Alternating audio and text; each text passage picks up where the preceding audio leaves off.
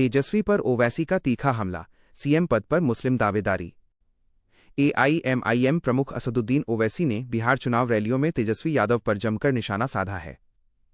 उन्होंने तेजस्वी के भाई तेज प्रताप के साथ संबंधों का जिक्र करते हुए उन पर कटाक्ष किया और कहा कि तेजस्वी जब अपने भाई के नहीं हुए तो। मुख्य मुद्दा। ओवैसी ने महागठबंधन द्वारा मुकेश सहनी, मल्लाह समुदाय को डिप्टी सीएम बनाने के दावे पर सवाल उठाया। उन्होंने कहा, अगर महज 3% आबादी वाला मल्लाह का बेटा उप मुख्यमंत्री बन सकता है तो 17% आबादी वाला मुसलमान का बेटा मुख्यमंत्री क्यों नहीं बन सकता। ओवैसी ने तेजस्वी पर वक्फ कानून के मुद्दे पर भी मुसलमानों को धोखा देने का आरोप लगाया और सीमांचल के इंसाफ के लिए लड़ने का दावा किया। उन्होंने बिहार के अल्पसंख्यकों से अपनी राजनीतिक ताकत पहचानने और खुद फैसला लेने की अपील की। दिल्ली सरकार के लोगों की लॉन्चिंग टली, सीएम रेखा गुप्ता का बड़ा ऐलान। दिल्ली सरकार का पहला आधिकारिक लोगो लॉन्च करने का कार्यक्रम कथित तौर पर 4 मंत्रियों के चलते टाल दिया गया था। हालांकि देरी का सटीक कारण स्पष्ट नहीं है। सीएम रेखा गुप्ता का ऐलान। मुख्यमंत्री रेखा गुप्ता ने अब घोषणा की है कि दिल्ली सरकार जल्द ही अपना स्थायी आधिकारिक लोगो जारी करेगी। यह लोगो दिल्ली के इतिहास, संस्कृति, विकास और आधुनिक शासन का प्रतीक होगा। सरकार दिल्ली की विशिष्ट पहचान को एक नए प्रतीक के रूप में स्थापित करना चाहती है। इस लोगो के मूल्यांकन के लिए मुख्यमंत्री ने एक विशेषज्ञ समिति का गठन किया है। दिल्ली सरकार का दावा है कि यह लोगो आधुनिक, पारदर्शी और जनकल्याणकारी शासन को दर्शाएगा, जिसकी कवायद काफी समय से चल रही है। गोंडा जंक्शन रेलवे स्टेशन पर आज शनिवार एक मालगाड़ी के 2 डिब्बे पटरी से उतर गए। ये घटना दोपहर करीब 2:45 बजे हुई, जब मालगाड़ी प्लेटफॉर्म संख्या 5 से कचहरी स्टेशन की ओर जा रही थी। मुख्य बातें। मालगाड़ी के 34वें और 35वें डिब्बे पटरी से उतरे। ये हादसा रनिंग रूम के सामने ओवर ब्रिज के नीचे हुआ। हादसे के कारण अप और डाउन लाइनों पर ट्रेनों का संचालन लगभग 1 घंटे तक ठप रहा, जिससे यातायात प्रभावित हुआ। घटना की सूचना मिलते ही रेलवे अधिकारी और आरपीएफ मौके पर पहुंचे। राहत और मरम्मत का काम तुरंत शुरू किया गया, जिसके बाद प्रभावित डिब्बों को अलग कर मालगाड़ी को आगे भेजा गया। फिलहाल घटना के पीछे के कारणों की जांच की जा रही है।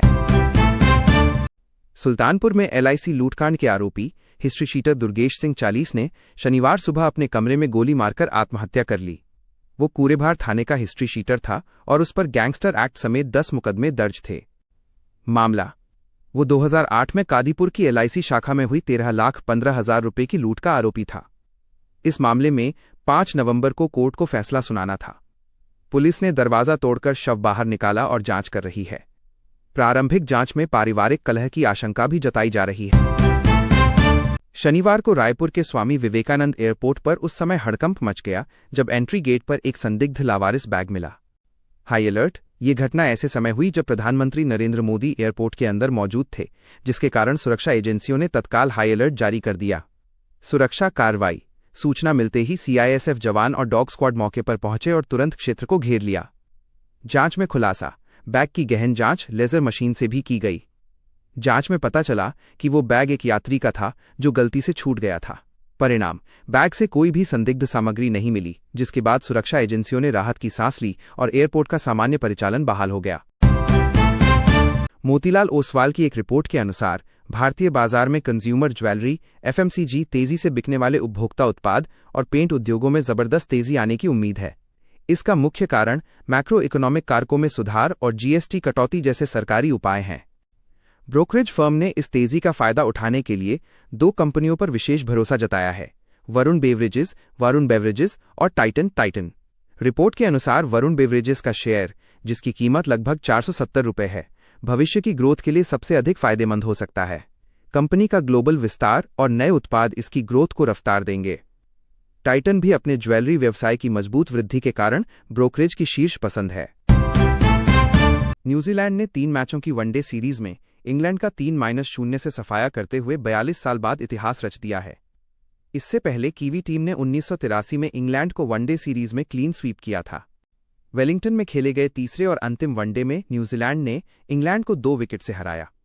न्यूजीलैंड की इस ऐतिहासिक जीत के हीरो तेज गेंदबाज ब्लेयर टिकनर रहे। उन्होंने पहले शानदार गेंदबाजी करते हुए 4 विकेट चटकाए, जिससे इंग्लैंड की टीम 222 रन पर ऑल आउट हो गई। इसके बाद न्यूजीलैंड की पारी लड़खड़ाने पर टिकनर ने बल्ले से भी उपयोगी योगदान देते हुए नाबाद 18 रन बनाकर टीम को रोमांचक जीत दिलाई। डैरिल मिचेल को प्लेयर ऑफ द सीरीज चुना गया। यूपीपीसीएल 94.4 6 करोड़ रुपए की बड़ी बकाया वसूली की तैयारी। Uttar Pradesh power corporation limited UPPCL की बकाया वसूली में एक बड़ी विफलता सामने आई है, खासकर संभल जनपद में। जिले के 25,419 बिजली उपभोक्ताओं पर कुल 94.60 करोड़ रुपए का बकाया है, जिन्होंने कनेक्शन लेने के बाद से एक बार भी बिल का भुगतान नहीं किया है। इन उपभोक्ताओं में घरेलू कनेक्शन और नलकूप उपभोक्ता प्रमुख हैं। विभाग ने अब इस भारी बकाया राशि को वसूलने के लिए कड़ा रुख अपनाया है। वसूली के लिए इन उपभोक्ताओं के खिलाफ रेवेन्यू रिकवरी सर्टिफिकेट आरसी जारी किए जा रहे हैं और प्रशासन की मदद से सख्ती से कार्रवाई की जाएगी। संजय झा का राजद पर हमला, महिला विरोधी चेहरा बेनकाब। जनता दल यूनाइटेड जेडीयू के कार्यकारी अध्यक्ष संजय झा ने राष्ट्रीय जनता दल आरजेडी पर निशाना साधते हुए कहा है कि राजद की परेशानी का कारण महिलाओं का सशक्त होना है। उन्होंने आरोप लगाया कि राजद का महिला विरोधी चेहरा फिर बेनकाब हो गया है। झा ने बताया कि मुख्यमंत्री नीतीश कुमार द्वारा शुरू की गई मुख्यमंत्री महिला रोजगार योजना के तहत राज्य की 1.5 करोड़ महिलाओं को 10,000 रुपये दिए जाने पर भी राजद को आपत्ति है। राजद ने चुनाव आयोग से इस योजना को बंद करने की मांग की है, क्योंकि उन्हें डर है कि महिलाओं के आत्मनिर्भर होने से उनका जातीय और धार्मिक वोट बैंक बिखर जाएगा। संजय झा ने कहा कि राजद अपनी पुरानी छवि से बाहर नहीं निकल पा रही है और जनता उनकी बातों से ऊब चुकी है। कानपुर के रायपुरवा क्षेत्र में एक हिंदू महिला भारती गौतम 35 वर्ष का सड़ा हुआ शव उसके बंद घर में मिला। दुर्गंध आने पर पड़ोसियों ने पुलिस को सूचना दी। महिला पिछले 8 वर्षों से एक मुस्लिम युवक के साथ लिव इन रिलेशनशिप में रह रही थी। महिला का शव तख्त के नीचे चादर में लिपटा मिला, जिससे हत्या की आशंका जताई जा रही है। घटना के बाद से लिव इन पार्टनर रोहित, जिसका असली नाम मुस्लिम बताया जा रहा है, फरार है। पुलिस ने शुरुआती जांच के बाद हत्या का मामला दर्ज किया है और फरार आरोपी की तलाश कर रही है। शव को पोस्टमार्टम के लिए भेज दिया गया है, जिससे मौत के वास्तविक कारण का पता चल सकेगा।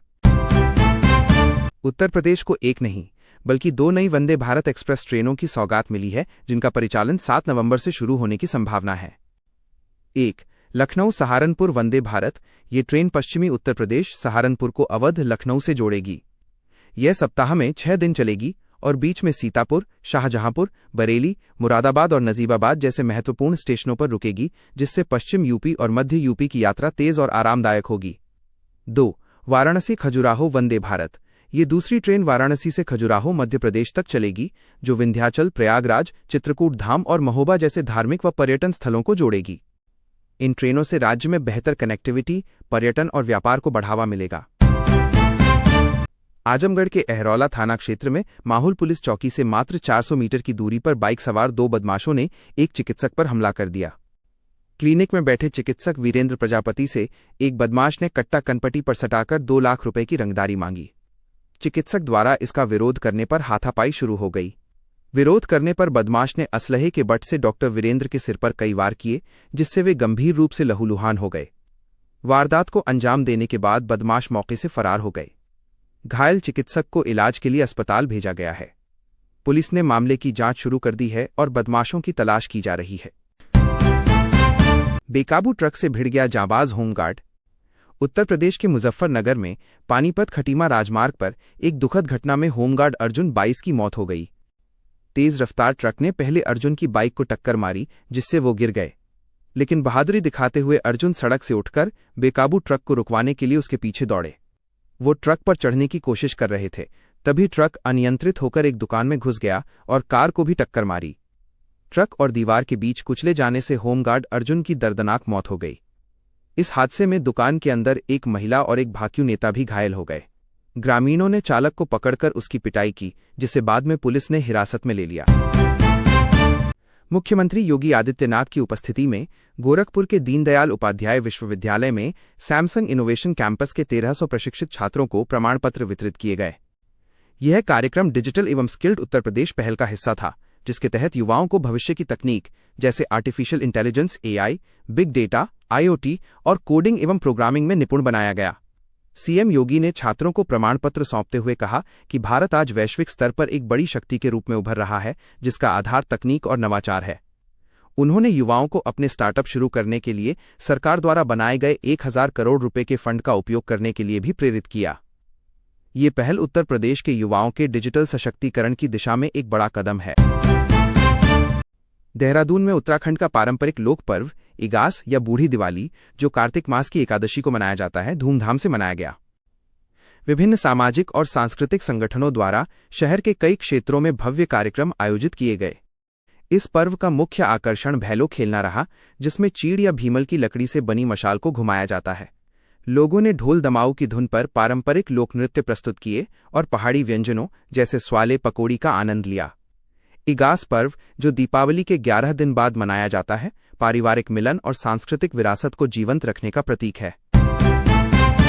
उत्तर प्रदेश सरकार ने 2 माह पहले सितंबर 2025 में कैबिनेट मंजूरी उत्तर प्रदेश आउटसोर्स सेवा निगम लिमिटेड के गठन को मंजूरी दी थी। हालांकि कंपनीज एक्ट के तहत इसका औपचारिक गठन अभी तक नहीं हो पाया है, जिससे लाखों आउटसोर्स कर्मचारी अपने हितों के लाभ का इंतजार कर रहे हैं। यह निगम आउटसोर्स कर्मचारियों के शोषण को रोकने, भर्ती में पारदर्शिता लाने और निश्चित मानदेय 16,000 रुपये -20,000 EPF और ESI जैसी सामाजिक सुरक्षा सुनिश्चित करने के लिए बनाया जा रहा है। सचिवालय प्रशासन विभाग के अनुसार वर्तमान में कंपनीज एक्ट में रजिस्ट्रेशन से पूर्व की औपचारिकताएं पूरी की जा रही हैं। कर्मचारियों को उम्मीद है कि निगम जल्द ही प्रभावी होगा, जिससे एजेंसियों की मनमानी पर रोक लगेगी और उनके भविष्य को सुरक्षा मिलेगी। कैराना की सांसद इकरा हसन के एक बयान को लेकर देहरादून में हिंदू रक्षा दल द्वारा कड़ा विरोध किया जा रहा है। संगठन ने सांसद के बयान की कड़ी निंदा करते हुए उनका पुतला जलाया और उनके खिलाफ नारेबाजी की। हिंदू रक्षा दल ने जल्द ही सांसद के आवास पर जाकर हनुमान चालीसा का पाठ करने की घोषणा की है। उन्होंने जिला प्रशासन से सांसद के खिलाफ मुकदमा दर्ज करने की मांग भी की है। ये विरोध प्रदर्शन सांसद इकरा हसन के कथित विवादित बयान के कारण उत्पन्न हुआ है।